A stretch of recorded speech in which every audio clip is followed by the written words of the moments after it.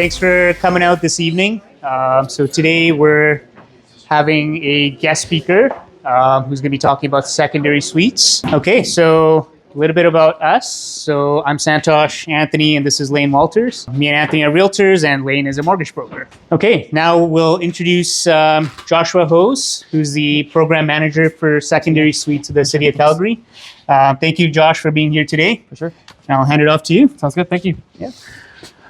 Good evening, everyone. I'm Joshua Howes. I've been working at the city for about 14 years now. Somewhere in that range. Previous to this role, I was working as the executive advisor for the director in Calgary Building Services, or Development, Business, and Building Services, depending on what time in our reorg shuffles you want to talk about. And actually, I started at the front counter, call center, whole thing, and suites has been a fun topic for at least the last dozen years here in the city of Calgary. And so when they were looking for someone to try to continue to build on the suite success that we've had over the last little bit, I somehow agreed to do that. And so now I'm stuck with suites for the next little bit, which is fun. At least I'm not on rezoning though, so that's fabulous. That could be much worse. But anyways, so that's a little bit about me. Some history on me. I was born actually in Saskatoon, but moved here when I was 3. I've been in Calgary my whole life. Mostly moved up north for a bit, but have been here most of the rest of that. High school, everything else, all here in Calgary. Lived in Bridgeland up until about a year ago. We've moved to Mount Pleasant now. Love Bridgeland, walked into work every day from there. And so, we've been in Calgary and in this for a long time. Now, where suites first actually came to mind was my first house. When my parents first moved back from Saskatoon to Calgary, they moved into a house that had what I come to find out later in life, which was shocking to me, an illegal suite in it. And at the time as a kid, we just lived and played down there, but technically it had all the elements for an illegal suite. And when we did move out, sure enough, the next person that moved in, there was 2 different people moving in there. And I didn't know this as a kid. In fact, I didn't know this all the way up until I started working at the city, because it just seemed like that was normal. There was people that lived in basements of houses, and that was just cool. And then the city comes to tell me that, that's not actually allowed. And I said, well, that's really weird. So I called my dad and I said, what the heck, Dad? Like, I thought you were an honest, stand-up guy. Like, you have this an illegal suite. You still own it. Like, you're renting it out. What are you doing? And he said, yeah, if I could legalize, I would, but it's impossible. And I was like, come on. Well, sure enough, you look into it. He was on a 7.5 meter lot.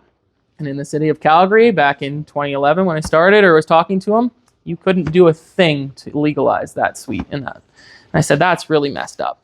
I mean, these aren't just like one-off, somebody did something really weird or strange. This is everywhere in Calgary. And we looked at that lot and it said, you just could not, there was not a thing. You could not go to a counselor. You could not go to in front of council. You could not, there was no way of legalizing that suite in that lot. Said that's messed up. That's a problem. And what that led to is suites before 2013. There were less than 500 legal suites in the city of Calgary prior to 2013. And if anybody's been here or lived or bought in suites in and around that time, we all know that there were a lot of more than that in terms of illegal suites. But that was the message. The message was it was almost impossible to legalize suites. In a lot of areas you couldn't. In a lot of areas, even if you did rezone, you still weren't allowed.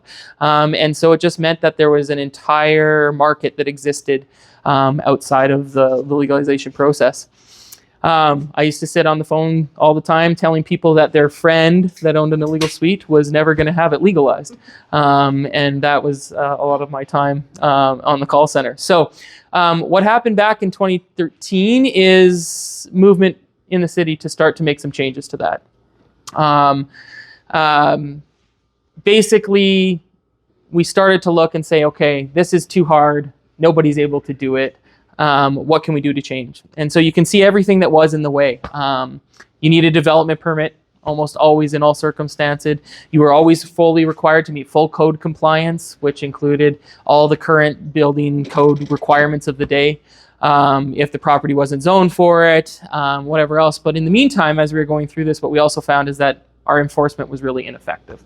We're chatting with somebody quickly earlier. We talk about we would show up to do the enforcement inspection and there was no stove. And then if we went in the garage, there was a stove. And then, 2 weeks later, we went back out and sure enough, the stove was inside again. So we'd start our process and then the stove would be removed. And that's like literally the games that were being played.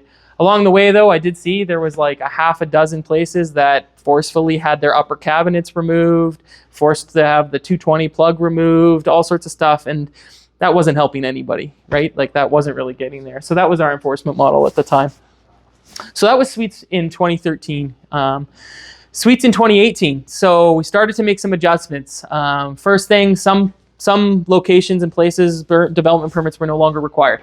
So we were able to skip that promise. If you were in an RC2 property, an R2 property, you wanted to put a suite into the basement, you met all the rules, i.e. parking and amenity space, all of a sudden you actually got to skip that process. Well, for anybody that knows, that's a 3-month and potentially costly process in which you weren't guaranteed to actually get your approval. So it's a risk that people had to take. And as soon as most people think that they identified themselves as a potential suite or an existing suite to the city, then they're like, well, we're going to be on your enforcement list and we're not going to be able to operate this anymore. So everybody was very worried about telling the city that they had an illegal suite because of the possible consequences. So this was huge to remove that barrier because it removes some of the risk associated with converting suites. We also started to see, and this is probably one of the biggest pieces that happened, is the provision for existing suites. So for anybody that hasn't been engaged or involved with what the existing suites, as we define it in the City of Calgary for the purpose of this, is not necessarily one that just physically is there when we're talking about it, but one that existed prior to March of 2018. And basically what that said is the province gave us the ability to enforce a code alteration that didn't require for the separate heat and for the acoustic separation between in the bedrooms, basically between. Those are the two main provisions. I mean, we could get into the specific details around it. There are some other effects, subtle effects, but those are the key ones, because what we found is a lot of times half, if not more, the cost of converting an existing illegal suite to a legal one is the cost of separating your heat. You already have drywall, you already have your ducts in place, everything else, and now you're rerunning full set of ductwork. You're adding a second furnace to the space. Sometimes they don't fit in the furnace room, so on and so forth. So a huge cost savings became possible when this happened. All at the same time as that provision, we started what we called the amnesty program. We switched from our previous enforcement model to an education first enforcement model, which essentially said, we are going to work with you to complete this conversion of your suite. We are not here to work against you. No, we're not going to leave unsafe spaces at the end of the day, because we are responsible as the municipality to make sure that we don't leave unsafe spaces, but we're not here to shut you down. We are here to help you make this a safe space. That came along with some fees. So we stopped charging fees for development permits. We didn't charge fees for the registry that was brought on at the time. I've jokingly said, yeah, we put a fee in place 8 years ago and we have yet to charge it. And that is absolutely true. We have yet to charge any of the 13,000 people on the registry that fee. But it does exist, hypothetically. So that's where we were at. We started doing this and we said, okay, let's see where this leads us to. In 2013, end of 2013, we are actually approaching 13,000 registered suites. So we went from 500 in 2013 to 10 years later, 13,000, but even more so in the last 5 years, we've increased from about 1,000 registered legal suites to 13,000. And so whether or not you think that that has done anything to affect the number of illegals, or if you think that's 10% or 20 or 30, who knows? We don't know for sure. But we are really happy about thinking of the 12,000 safer spaces that we believe we have now than existed previously. And that's certainly the focus for the City of Calgary. We are hopeful that we have positively affected the safety for not only the people owning that in terms of the security of your investment and everything else, but also for the people living there and staying in those spaces. So that was the first thing that happened. At that point in time, at the end of 2023, we were expected to see the end of the amnesty program. So that's the development permit coverage, the registration fee, but more importantly, I think to anybody that knows what's going on, the existing suite parameters. So we were on track to close down that program at the end of 2023. We took a report back to council, got support from the province, and that has now been once again extended to the end of 2026. So the existing suite amnesty program is now in place until 2026, which means we can continue this same trajectory and work. Yeah, I'm just looking to see if there's anything on my slide that I missed. Yeah, well, I guess a couple of the other things that did happen in the background that have also aided in this. As most people are aware now, RC1 properties, which obviously previously did not allow for suites, do now allow for suites within that zone. It is discretionary, which means development permit, but it's allowable, which means that the path to a suite being registered legally exists on, I'm going to say, about 99% of the parcels, residential parcels in the City of Calgary.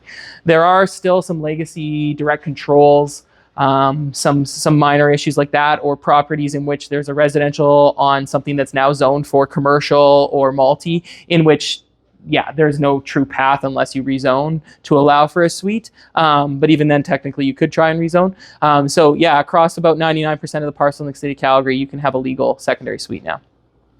Further to that, and I won't get deep into this, but if changes come to the zoning or effects, or we see this move permitted, which would be the one thing to look for, if secondary suites end up permitted in parcels that are currently discretionary, you're once again going to see that removal of the required development permit process, which will enable easier and more consistent approvals, which obviously takes out the risk for people. So if you see secondary suites moving to permitted, that will once again make them easier to get.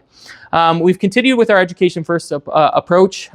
We have a number of properties that we're aware of that we've been working with to try and get them over the line. Like I said, we never truly leave a property in an unsafe safety condition without having them actually remove the suite or stop renting out, whatever that may look like. But we do continually give as much time and space to people to safely convert these suites as possible. And we just feel like we must. I mean, if you're watching the news, there was 2 fatalities in basements already just in 2024, and we continue to track that.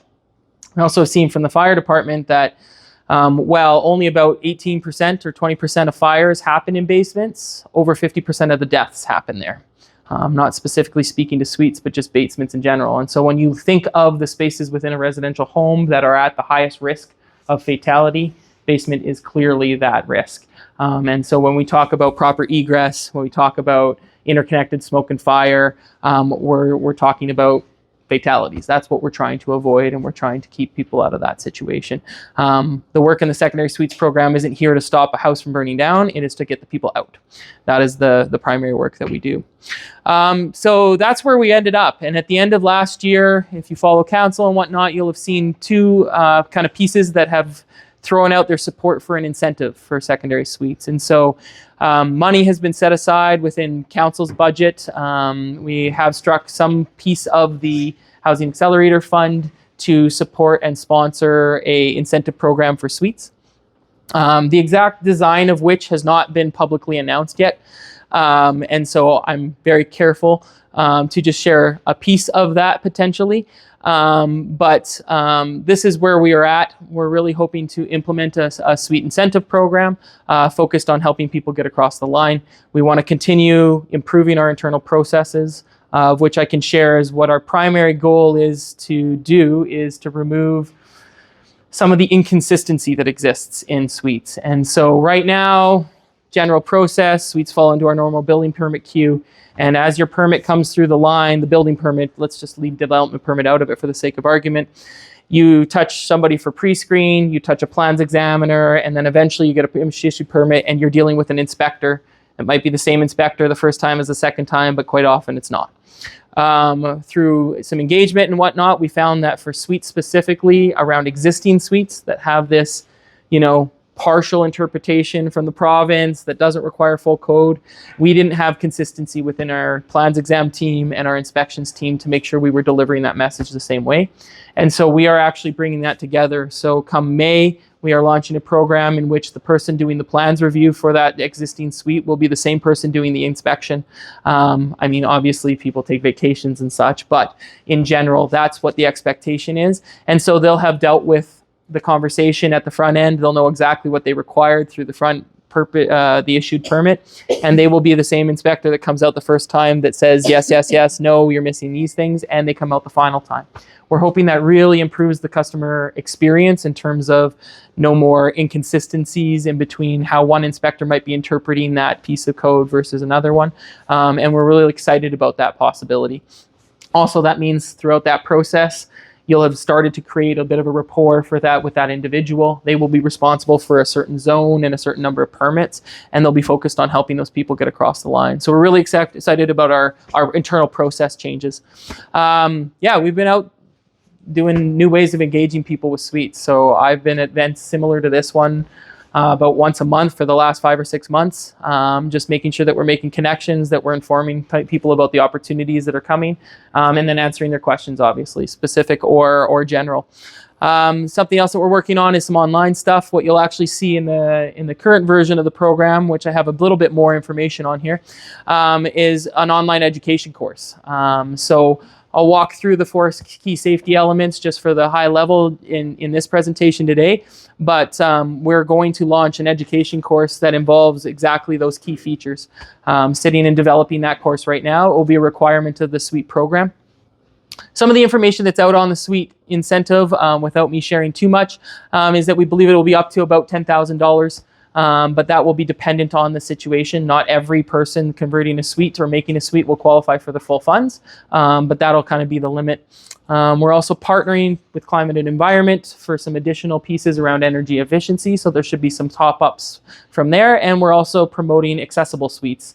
So if and when somebody puts in a suite that's fully accessible for mobility reduced, share like a wheelchair and all the elements that are required for that, there'll be some additional funds available for them as well. It's not something we see commonly in suites, but there are certain ones, especially walkouts. And if the person is, trying to help supply a unit to someone with a mobility issue, then we want them to do it properly, and we're willing to incentivize that. So that's what you'll see. So the up to 10K is kind of the base amount, and then there's actually a couple top-ups we expect if approved. 1 per person. So that is something that I always get the crowds like this. That is a limitation on the program at this point in time. So we expect 1 per person. We would allow for a sole proprietor to still qualify rather than just straight homeowner. But once you get into a larger corporation and whatnot, then you wouldn't qualify for the program. So it will be somewhat limited there. And yeah, some simple things. You can't be in tax arrears with the City of Calgary if you're going to do the program. 1 per property. You do have to take the education course. Well, actually, I should say that either yourself, the applicant, the owner, or their contractor. And so we want to make sure that we're also hitting those contractors. I think anybody in this group knows that supply of contractors is limited. And when we see that, supply and demand says that more people will come to be contractors. Those people aren't always as experienced. They don't always know everything that needs to happen. But in some ways, as a city, we need those contractors, even if they're not experienced, because we lack contractors. And so our focus, rather than just trying to punish them or avoid them, is to actually try to help educate them. If we were going to increase our supply of contractors in the City of Calgary, we got to do things like help the ones that are willing to try but just don't know, figure out how to do it properly. And so we're willing to allow for that requirement to be covered off by a contractor that has completed the online education piece rather than the homeowner doing so.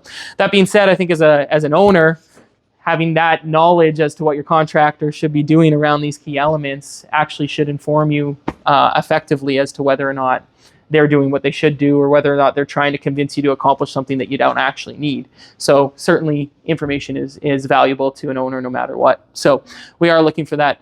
What I can say is that this is as much as kind of is out there right now. But if you go to calgary.ca/suites, you can go on to the bottom, kind of on the right-hand side, it says keep informed, subscribe, something like that.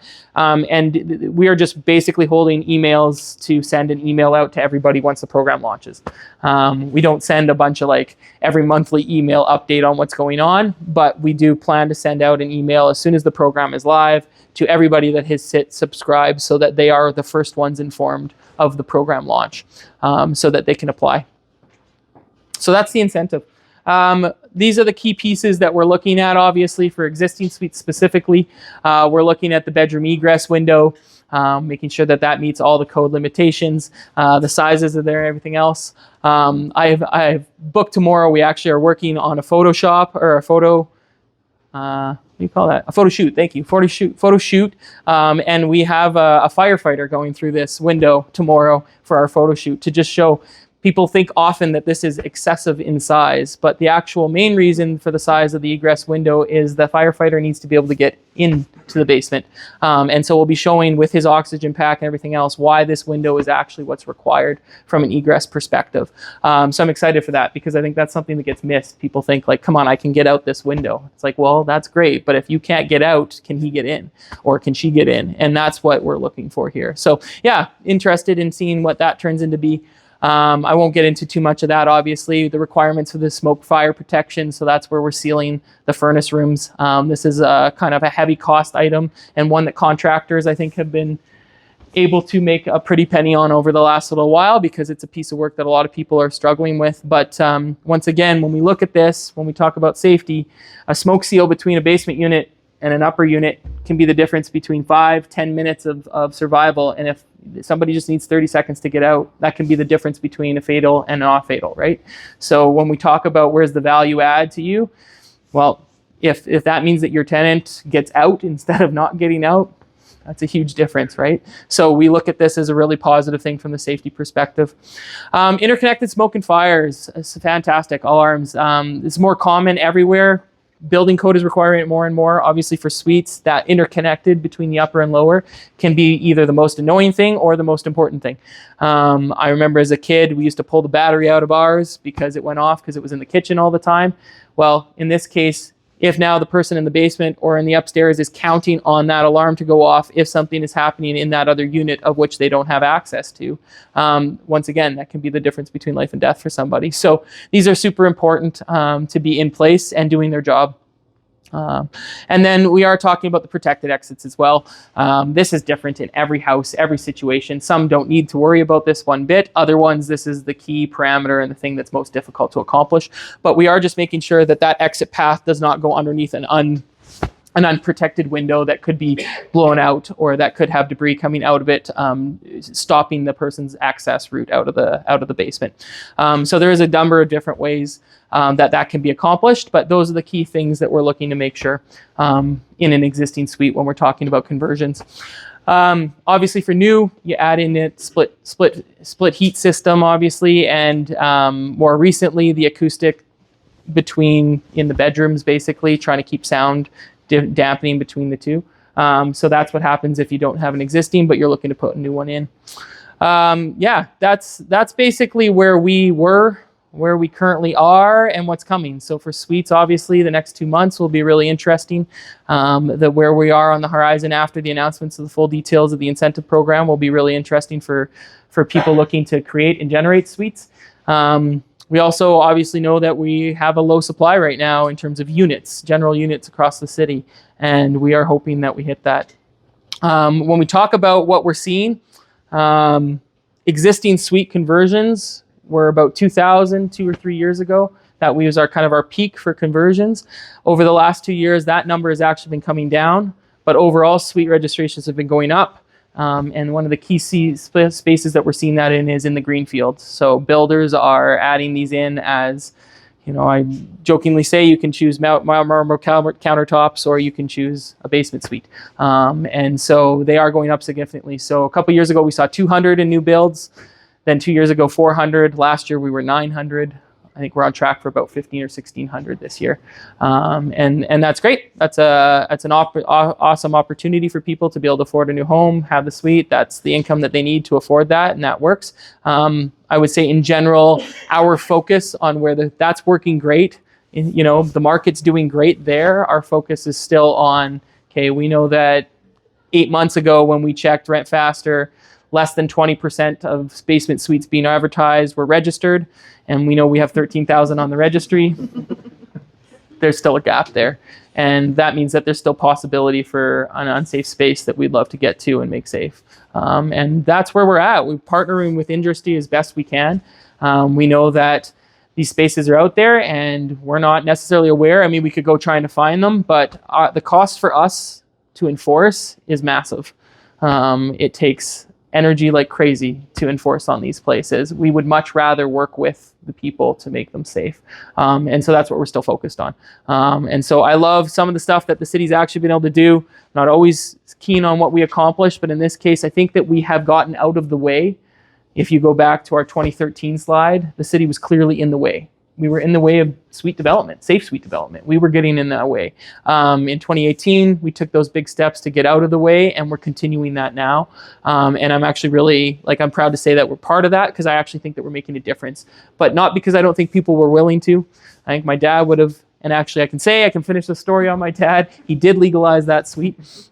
Probably at the wrong time. Should have waited for the incentive, but he did legalize his suite, and he did sell that eventually. And I felt much better that he, showed his true character by getting it done once he could.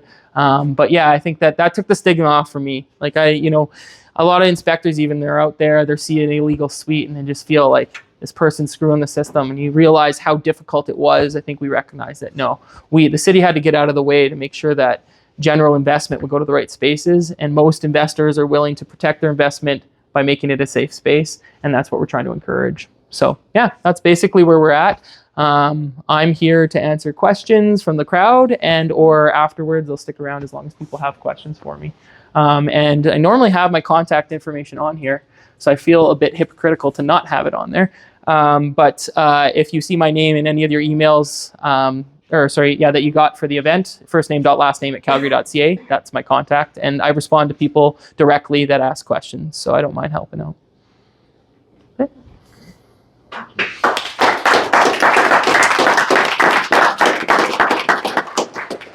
See one in the back. Yeah, 100%. Yeah, go ahead. Can you expand on the no fee thing? So people aren't having to pay for building permits and stuff? Building permit is the one fee that's still charged. Development permit fees are waived, so that was about $600 on the development permit fee side. And then the suite registry fee, which is about $280, that is also waived. So I don't know, when we were promoting that heavily, it was saying up to $800 in savings or something like that.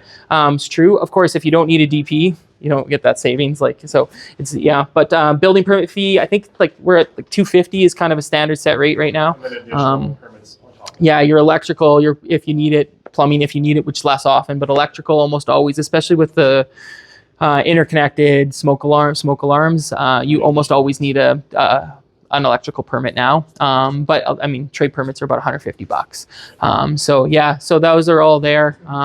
But there are still some savings in terms of fees. But eventually, one day, I swear, we'll charge that fee. So yeah, go ahead. Oh, in the back, yeah. Yeah, that's a great presentation. I really love the proactiveness that cities have.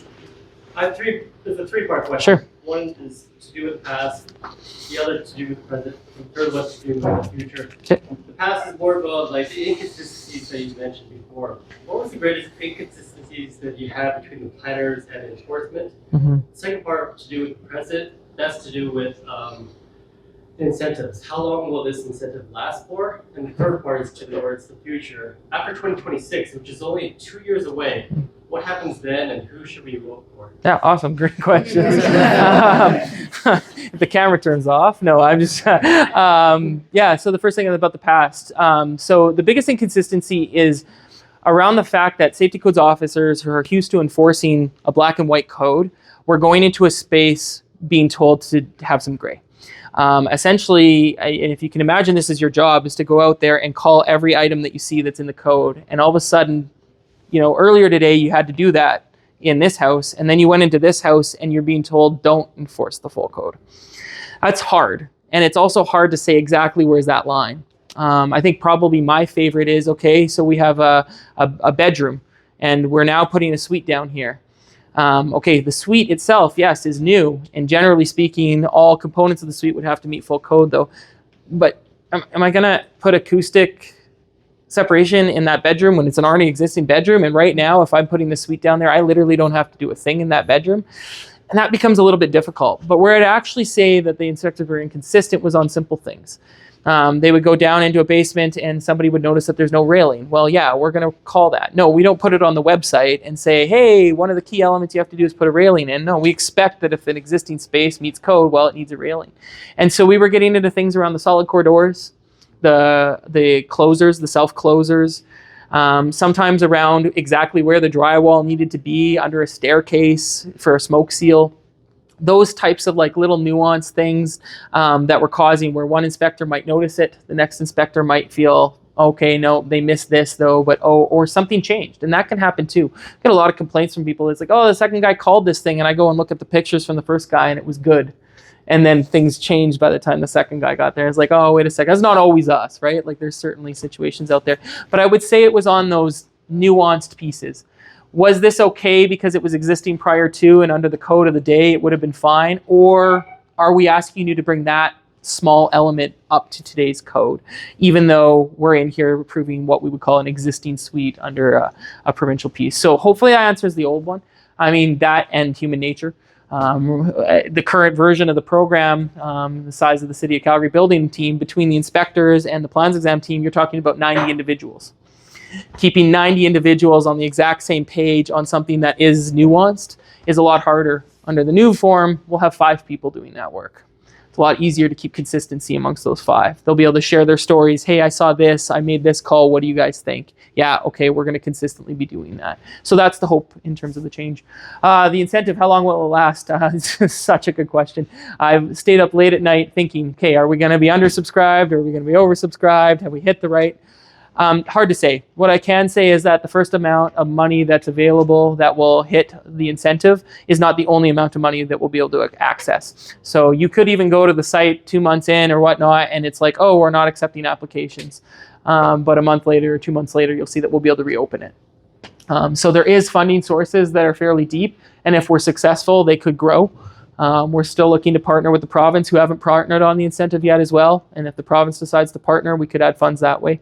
Yeah, I think the best indication of that I could say is that we're hoping to incentivize somewhere around 50% of the suites that go on the registry this year, and we're hoping to increase the registry by about 50%.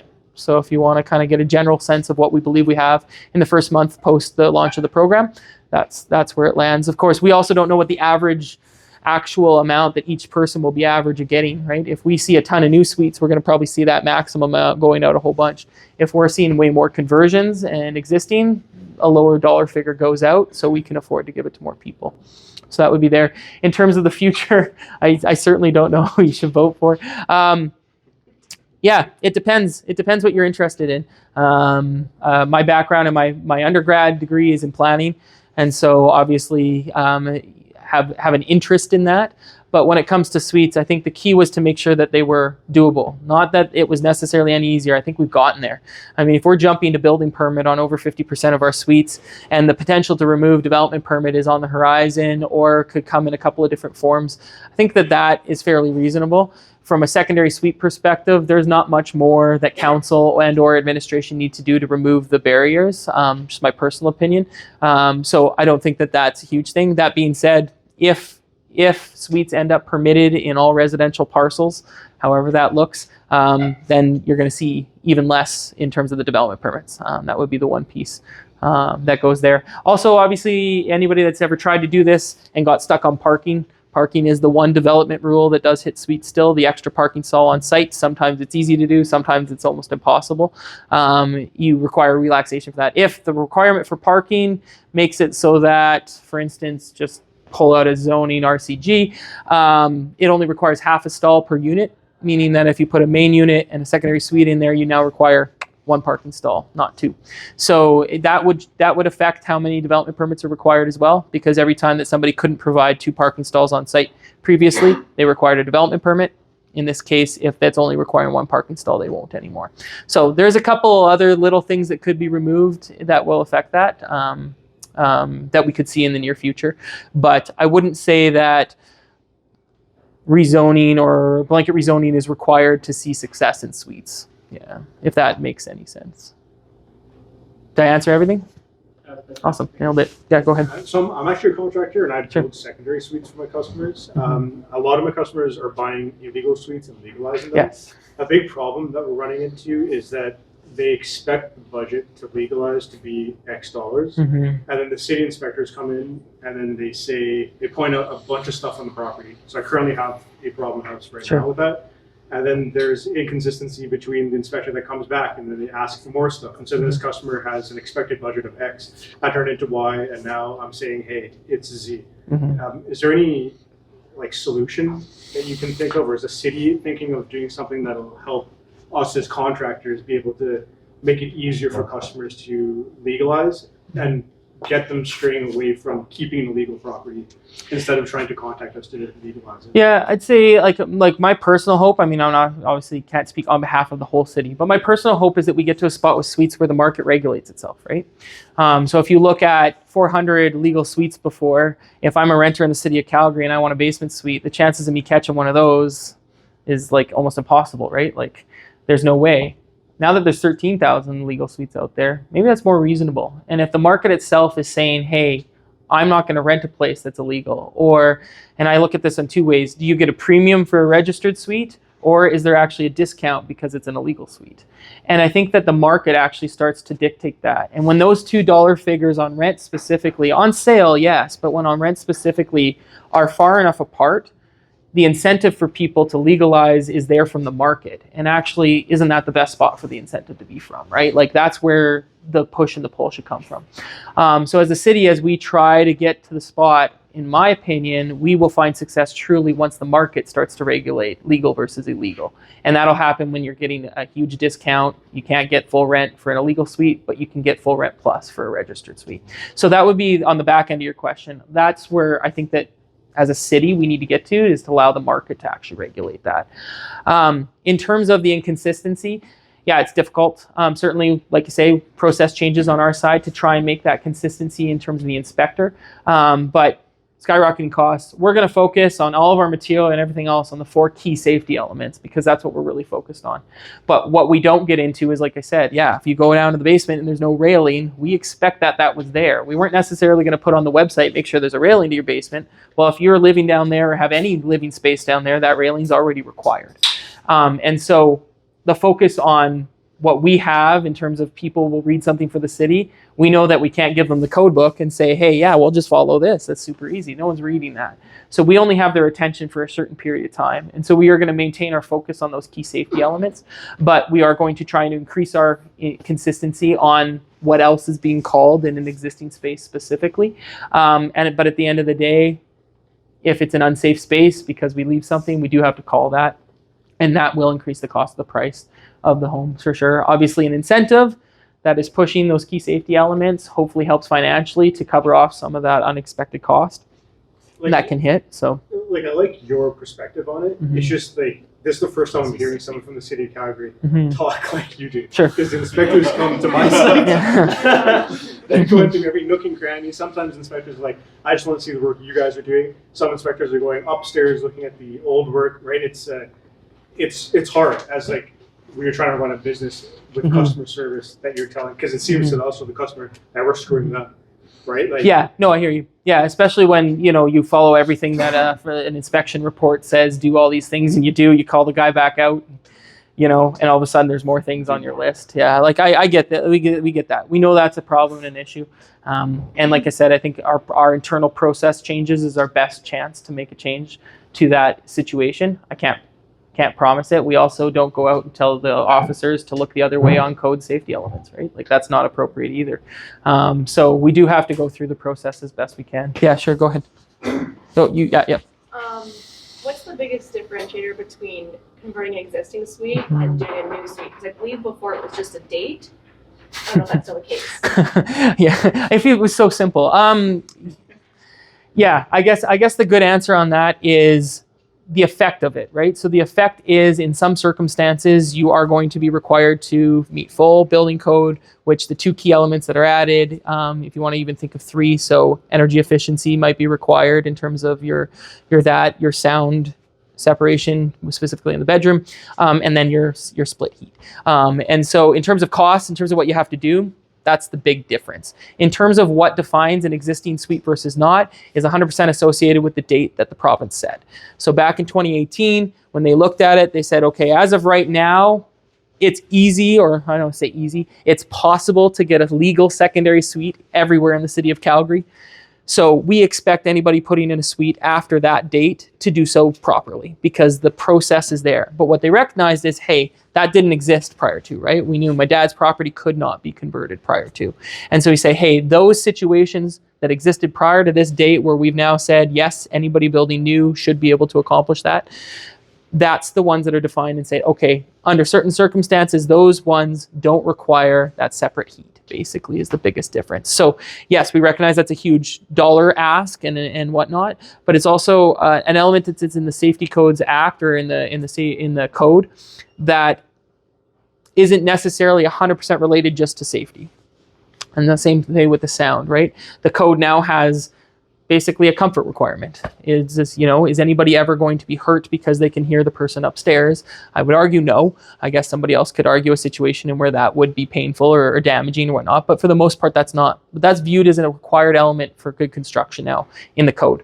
But I don't think that most people would put on the board and say this is a top safety element that's going to save lives. And so the province's ability to say, hey, for this purpose, for this safety situation, we're willing to look the other way on those couple of key things. We're not on interconnected fire alarms or egress windows. They were on the elements that are viewed more as comfort items. And so separate heat, you're in control of your heat. You're now separate. There's ways of separating or turning off the heat during a fire, whether it be from the safety perspective, that element is required by code, and I'm not suggesting that it won't be anytime soon. I mean, you can certainly advocate to the province if that's something that you're super keen on. I haven't seen any codes reductions in the last code cycles that I've gone through, but it's always possible. So sure. But when we talk about those key elements, they're not fundamental safety elements. And that's why the existing suite program is something that functions, because we focused on the key safety elements. So does that answer your question? So No. it's still a date, but there's just more lenience now. A date. Yeah, a date. And the date is just for, hey, do you qualify under this set of rules or this set of I know rules? there's a lot more set of rules from one side than there is the other side. But you're saying that it's just more so on these key safety things. Yeah. Basically. Yeah. I mean, fundamentally, every other code element and article should be followed under an existing suite. Now, when you're looking at a space, like you say, let's just say for the sake of argument, something was built back in the day and the plugs, are further apart than they should be under current today's code.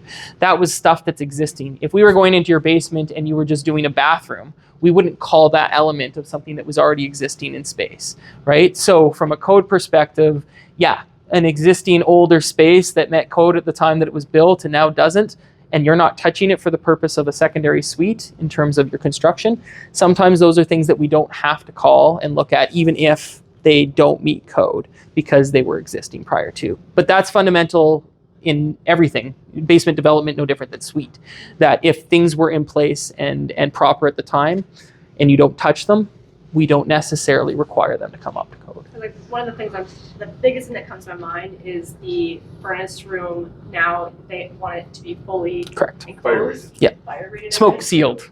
Smoke sealed. Drywall and Yes. everything. Yes. But the existing ones would be okay with just like a sprinkler system. So there was a period of time where there was a sprinkler that was allowed.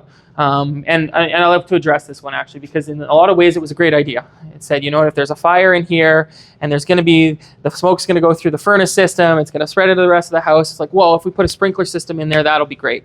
Problem is, even if that put out a fire that happened to be in the furnace room, and I don't know if last time you checked the stats on how often fires start in furnace rooms, certainly not most common. Kitchen is probably a more common place for that to start. But as that fire gets put out, if there's no smoke seal between the lower and the upper unit, smoke goes under there, even if the fire happened to be in there and was put out by that sprinkler. And so while the sprinkler idea is good and it can have functions, it didn't actually accomplish the need of a smoke seal between the lower unit and the upper unit. And so while there was a piece of article out for about 1 year that was allowing for that sprinkler system in there, existing suites right now are not allowed the sprinkler. They are forced and required to do the full smoke seal. So there was a window of time where that was being allowed, but it's no longer being allowed. Unless your permit says that that's what you're allowed to do, in which case you're still okay. Yeah, go ahead. I'll catch you next. So let's talk about two furnaces. They about the hot water tank. We need to no. upgrade the size or what's the No, there's no requirement of having a split hot water tank. But you need to upgrade the size or can put That's actually first question. I'm absolutely not even going to try and give you an answer. Sorry. I would have to get into code elements on on the load that you have within the home to determine whether or not you needed one. It's just not my expertise, so I can't answer that. Yeah, but I think he's asking capacity-wise. Like if you've now put a suite in and your hot water heater was fairly small, for the sake of argument, does it require increased capacity in order to manage that? I just don't have an answer for you. Yeah, go ahead. So 2 things. As a contractor and owner of rental properties, legal rental properties. Yeah, for sure. One of the biggest hurdles, as was mentioned before, was the inspectors. We had you can have an HVAC guy come through your property and you can explain your situation. Yeah. They can understand your situation, and you get a green sticker. And you get an electrical inspector come through, and he says certain things that are not correct, even though this is the second final inspection, and it just kind of drags it out. We found out that certain inspectors are actually contractors, and it's in their best interest to fail people because it's their livelihood or their job that they get paid for. Is that something that happens in Calgary? No, never. Inspectors That's that are contracted out. Edmonton specific problem. That's good. I've been in the executive assistance director's office for years. That actually, I'm dead honest when I say this, that's never been a complaint in the city. I can't promise you that it's never happened, but that's never been a complaint that our staff are doing something like that. And secondly, I guess why wouldn't the province get together in a province-wide thing that happened, or is it more of a bureaucracy thing that's just pure by city, they're going to create their own rules? Yeah, I mean, what I would say is that the amendment that's been put out by the province is not necessarily specific to Calgary. And so every municipality would have the opportunity to engage with the province to determine whether or not. So City Council has had to approve our acceptance of that interpretation by the province. And so my understanding of the situation right now is any municipality could do that. I guess I would suggest that it would lead to the risk adverseness of the city itself. If you're highly risk adverse, using a lower than absolute code interpretation could be viewed as a risk by a municipality. And if that's the case, then you're unlikely to see a program like ours. I guess anybody that does, investments across the country or whatnot, I am unaware of any registry that has as many legal secondary suites on it as Calgary's. Yeah. We surpassed Edmonton's about a year ago, and our increase rate is more than double theirs. So I think that you see the effects of that risk willingness to take on that little bit of risk that might exist there, and every municipality would be responsible to make their own call. I guess the code books or the code coming down from whatever regulatory body would be kind of similar throughout the province. It is, yeah. So yeah, we have a why provincial would building the code. province just be like, hey, this is the code, we're going to follow it, so this is going to be the rule for everyone else. But I mean, that's Sure. Kind of, but I mean, remember that we haven't changed the code. The code has not decreased on this. There is an amendment to the code that under certain circumstances, it is allowing for a separate interpretation, a safety first, existing suite interpretation. That's the difference. So yes, across the whole province, same code everywhere else, they have offered this interpretation. The city is willing to accept it. I would, like I said, suggest any other municipality could attempt to do so as well. I'm a huge fan. I wish Edmonton was doing this. So. Well, you could just leave Edmonton. That's a clear, easy answer. Yeah, go ahead. Oh, sorry. No, yeah, go ahead. I think this guy first, and then go ahead. Just real quick, I'm just thinking more of the tenant. So if you Yep. got an illegal suite, you got a tenant in there, Yes. you didn't meet standard. It may have been just a quick, small thing. So it's kind of like the time of when it actually gets re-inspected. How does it impact the tenant? Are they told, you better get out of here? We found these violations. Are you kind of strong arming them and then, pulling kitchens out and saying, and ovens and disconnecting and saying, I'm sorry, but. Yeah. So I'm unaware of every single situation that could possibly have happened. I can't tell you the last time we pulled a kitchen out. Like I said, I'm the executive advisor to the director of the area. I'm unaware of the last kitchen that we actually pulled out. How much grace period are you giving them? Yeah, so it could be a minor. I'll get myself in trouble here. There's active permits from 2021, 2020. Active permits. I mean, we need to see progress to keep it open. Hey, look, we've worked with you as much as we can. If you had an order, a charge that said, hey, address this safety concern, and you pulled a permit to do that work, and you are actively still working on that permit, the answer would be no. What I would suggest, however, though, if there was an immediate safety issue, there's no way we leave it there. We will go in with a way stronger order and require something much stronger, much faster. And so if the situation is so dire that the individual is under immediate danger, there's no way we just leave that with yeah, go get a building permit and get it done. Generally speaking, that's our focus to come alongside. Do we want you to get it done? Absolutely. Are we willing to try and pull everything out and set you back in order to, no. But like I said, if there is an immediate safety situation, we will absolutely take a stronger action. Most situations like that turn into either the whole house or the suite is just never used again, because when we're talking about an immediate, it's the work to be done is generally not worth it. Yeah, go ahead quick.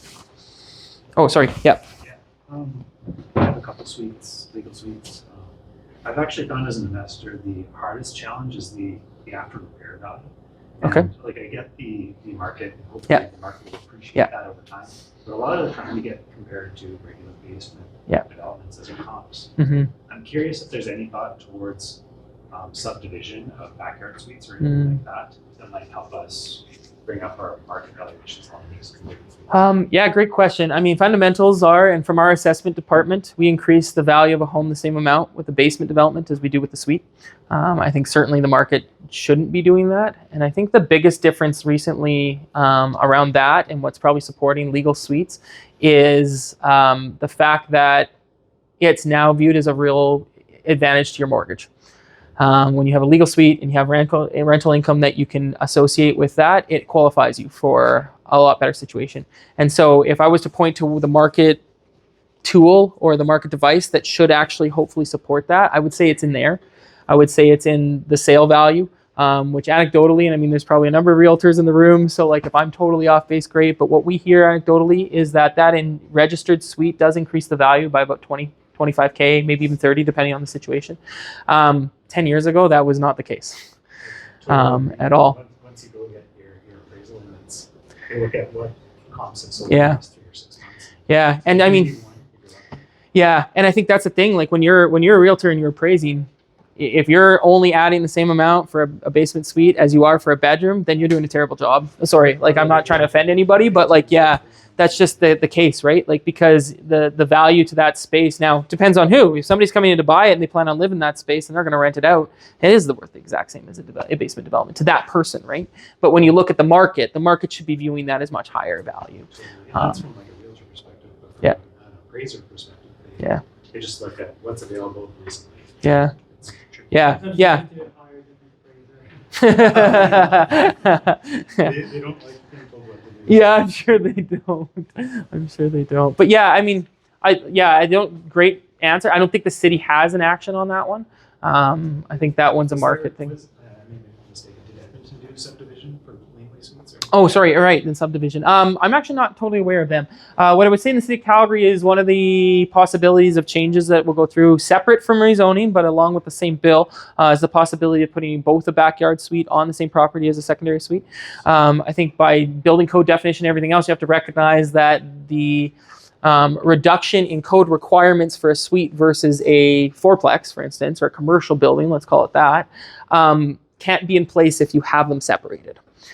So a backyard suite, hypothetically, I guess, but in the City of Calgary right now, you cannot have a separately parceled backyard suite. That becomes its own parcel, which means it's a single family home on a very small parcel that will not meet any of the rules. So that doesn't work. Now, is there a limitation to condominiumization of that? I actually couldn't tell you for sure. I mean, like there's possibilities of maybe accomplishing that, but remembering that the actual decrease in code requirement value adds is because it's a single owned property. Otherwise, you'd be looking at full commercial fire separation instead of smoke and so on and so forth, right? Yeah, for sure. It's actually just to follow up on her question. So Okay. if I purchase a house and it's got a suite in it, Mhm. how can I determine whether if I want to legalize that suite, it's you're upgrading it Yeah. or Yeah, great question. How to answer that question? If there is clear evidence through permitting, through an inspection at some point in time, through the build date of the home. I've had people say this is an existing suite and I go and look and the home was built in 2020. No, I can see clear as day that that's not there. It was built in 2020. I know it because the house was built in 2020. So if I see clear evidence as an inspector or as a file plans examiner or whatnot that this could not possibly have, or I have clear evidence that it was not a suite at a certain point in time, we're not going to say that. Right now, however, to qualify under the existing suite program, it is the responsibility of the owner of the parcel through their application to declare that it was existing prior to. And so the primary hurdle is the owner declaring that. Now, if you're a new owner and you feel uncomfortable because you actually don't know, it's really your decision on how much comfort you need to have as to when that was put in by doing your own history search and everything else on the property to feel comfortable saying this was existing prior to. But the city, if we are staring at evidence that it couldn't have been, we certainly will require that to go the other way. The other thing that can happen is if we do see clear actions that were taken previously that affect or change that existing nature. So like if even through the process that, oh, we were planning on doing this, but now we've decided to gut it, whatever else. Okay, yeah, there are times that we switch people over. Originally, we thought they'd be existing, but we are looking at full code compliance when it comes to the end of that process. Yeah, for sure. Yeah, go ahead.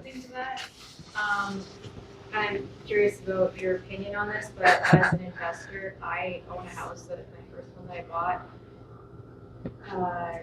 It was March, April or May 2018. Yeah. I was not aware when I was shopping for the house about the grandfathering rule that was coming out, and I pulled a development permit in April 2018. So I would never think of this while shopping for a house with an illegal basement suite, but I would definitely check to see if there was any permits, because that one permit, if I list my house right now on MLS and you buy it to legalize it, you can, but you'll be spending more money because you won't be able to grandfather it because there was an existing development permit for a basement, not a suite. Yeah, you're close. I would change the language a little bit. It's never a development permit for the basement. It's just a building permit for a basement. And I only say that because development permits have its own special place in the City of Calgary. So yeah, it's a building permit for a basement. And so we would call it a residential improvement project or a RIP, depending on who you're talking to. So if there is, and when we talk about clear evidence, if there is a RIP pulled for a basement development post the date as to which and we go out and we inspect that basement development and there isn't a suite or it doesn't meet code compliance for a suite post March 2018, yeah, there's no way we'll ever consider that an existing suite. It really sucks because Yes. somebody bought it and had no idea that Yeah. there's no way. I don't think, honestly, your clients usually check to see if anything pulled a permit. We usually do. You do? That's really good. Yeah. A realtor should. Yeah. I've never had a realtor do that for me. Yeah. And I feel like if I were to get stuck with a house and then for the purpose, right? I get a loan from somebody, I have a JV partner, whatever, we're gonna burn this thing, and then you get in and you're like, oh my god, it's gonna be an extra 15-20 grand because it's not gonna be able to be grandfathered. And all I can say is, and my hope for a space like that, obviously, is that we're able to find a path for you to legalize, or whoever would be responsible for it. And if the incentive helps do that, then we'd be thrilled, right? So, yeah. So I don't have to pass the buck, right? I just like selling it, so I'm gonna pull down my portfolio, but I'm just passing the problem. So. Yeah, fair enough. Yeah, and I mean, as we discussed previously, I would feel much stronger about this if I didn't feel like it was a safe space. I actually feel like her space is safe, and so we are talking about more the nuance of being on the registry. That being said, I mean, like obviously, when we talk about the enforcement model a little bit, maybe I should have mentioned along the way when the registry was passed, a whole new area of enforcement was kind of opened up. And it's opened up just on the fact that like offering a space for rent is now not allowed unless you have it registered on the suite. It hasn't overly been used as an enforcement method yet, but it's like a lot softer on the financial side, but also on how much we need to prove. Like it doesn't have to be an unsafe situation necessarily.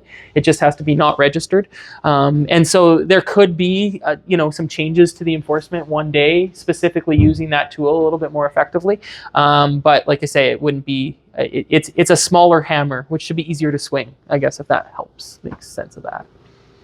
Yeah. But yes, it is.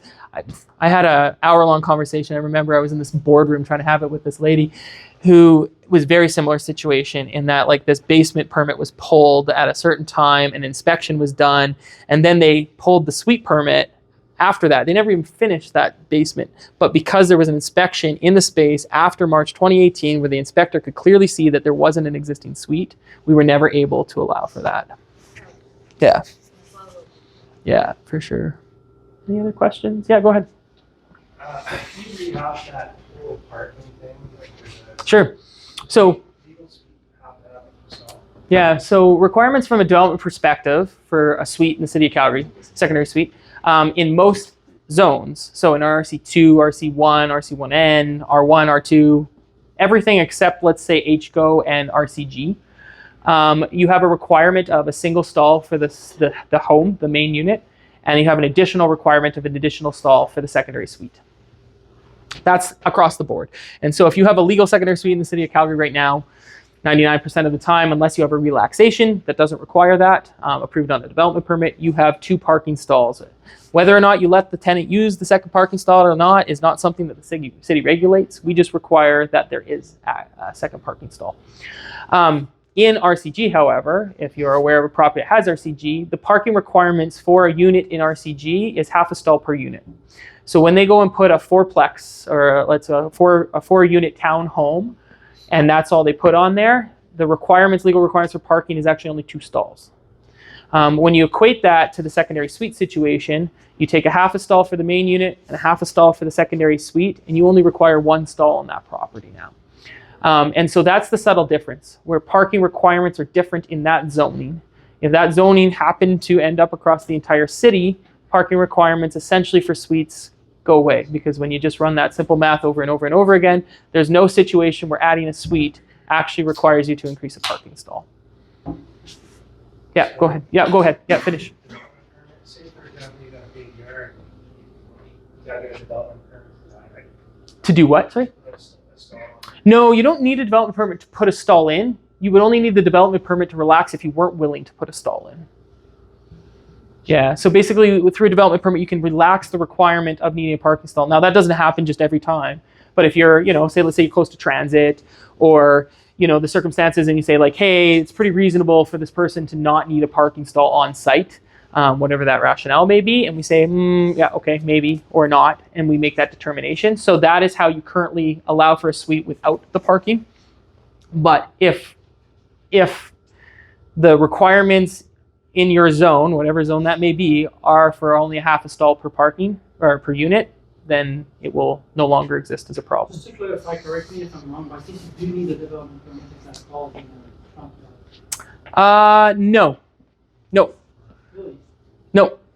But you do need a. Like if you're showing 2 parking stalls on your front driveway, that now I have to be somewhat careful, as long as the size of the parking stall is accurate. Now, I bring this up because there are areas now where you have a 6-meter driveway, but 5 feet of that, or the first 1.5 meters, is actually city property where they build their trees. From the perspective of a driveway, we consider the full length, 6 meters. For the perspective of your parking stall, we actually can't include stuff outside of your unit or out of your property as part of a parking stall. And so we do end up in a really weird circumstance where from a driveway perspective, it meets our rules, but a parking stall, it doesn't. So yes, there are nuanced reasons and times where you need a development permit for a parking stall relaxation because say the size isn't there or something. Not for the But relaxation, but for adding a stall.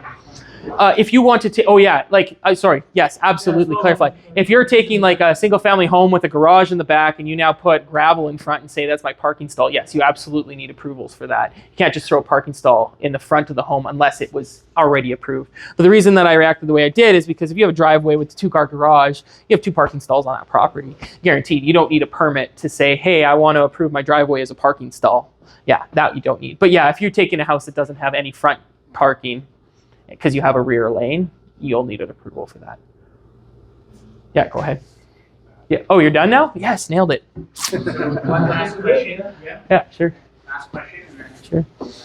Yeah, sure. Go ahead. So let's assume that I buy a house today or tomorrow or whatever, and it has a suite that, to the best of my knowledge, is an existing kind of suite, or has the characteristics of a suite, but it's missing, let's say, just the stove and the 220-volt connection. Would I be able to legalize that suite as an existing suite and then add that 220-volt connection? Yeah, so good question. There's nothing in the building code that says it is a suite because there's a 220 connection. There's nothing in the bylaw that says specifically a 220 volt stove is what caused a connection. If I'm more comfortable with the language in the bylaw, says, is there a sanitary facility? Is there a food preparation space? And is there somewhere to sleep? You meet those three elements and you have a suite. When that comes to that situation, if that was a food preparation area before and they had a hot pot or they had a microwave, and I don't even get into which appliances we would consider, but like if you could prepare food and live there before, then we would look at that as existing, even if all of the safety elements or all the required elements like a 220 and whatever else were there. Yeah, absolutely, that could be considered an existing suite. I never say absolutely it will be, because there's always other circumstances that could arise or permits that could cause, but if we see evidence, clear evidence that it wasn't, then that's one thing. But yeah, the lack of one element of a safe suite doesn't negate an existing illegal suite from being viewed, if that's the best way of answering that question. Yeah, thanks a lot for coming. Yeah, for sure.